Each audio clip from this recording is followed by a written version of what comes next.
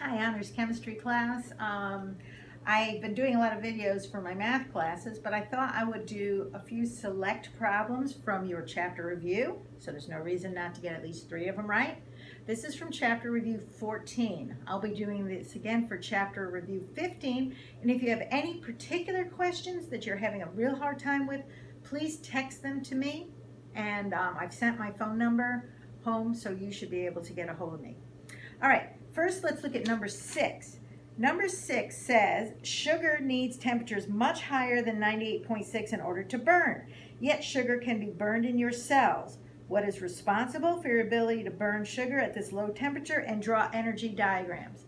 Well, first of all, let's draw a regular energy diagram. Sugar needs a high temperature to burn, so you have to have a high activation energy. So this could be the normal curve for sugar. Well, in your body, you have little things called enzymes, which are catalysts. And remember, catalysts speed up the reaction by lowering the activation energy.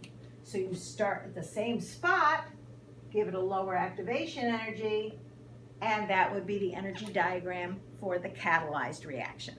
So for number 6, it's the enzymes, and your energy diagram would look like the normal one with a high activation energy, and the lower one with a lower activation energy. Now, number 19 is really a no one answer problem. It wants you to write this as 2 steps. So any 2 steps you write where they add up to be this, because don't forget, you add up the steps, canceling out what's the same on the right and the left, and if it adds up to this, you've got it right. So you could do HGO makes Hg plus, is that, yeah, 1/2 O2, okay? And then you could put, I don't know, I'm making that one up.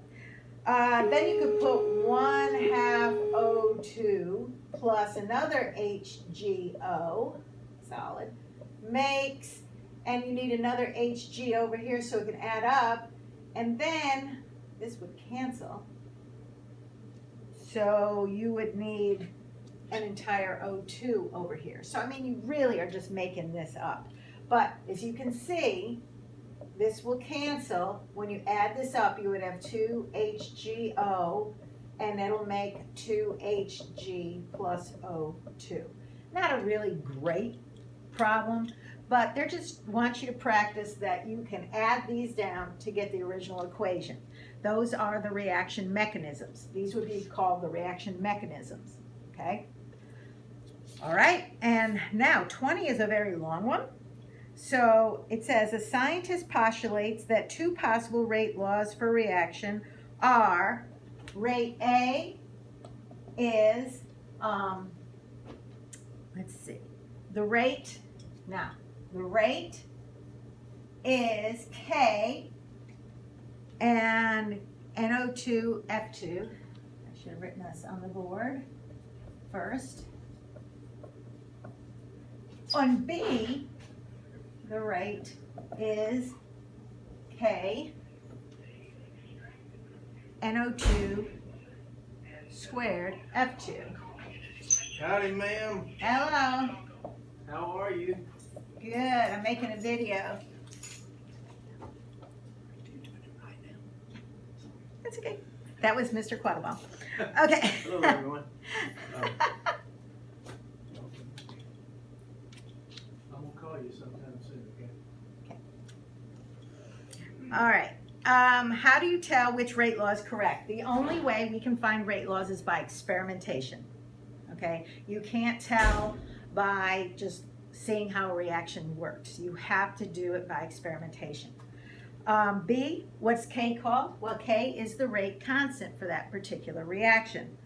C, what is the reaction order of F2? Well, the reaction order is the exponent. So if you notice, F2 has an exponent of 1, so the reaction order of F2 would just be 1. What is the reaction order of NO2 in rate law B? Well, the NO2 is squared, so that would be a second order for NO2.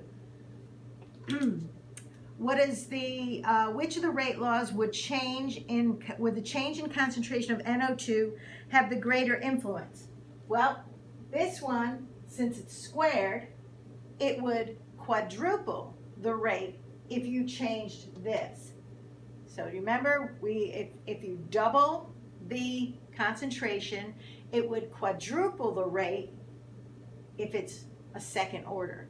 So in this one, it would affect it the most.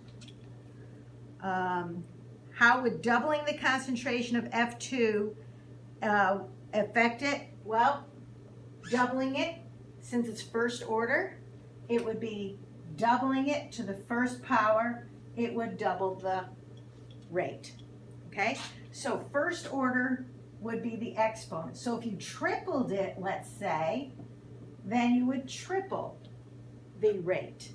Okay, so the exponent is the reaction order. How would doubling the concentration of NO2 in rate law be? Well, if I were to double this in NO2, double it squared, it would be 4. So it would quadruple the reaction rate. So let's say I tripled my concentration, it would go up by a factor of 9. So that's how the rate orders affect the reaction rate. Okay, from this information, can you tell whether this reaction is a complex reaction or a single step reaction? It would have to be a complex reaction because in a single step reaction, you can write the rate law from the equation. Okay, it's just like writing the rate law from the slowest step. All you would have to do is put the coefficients would be the exponent.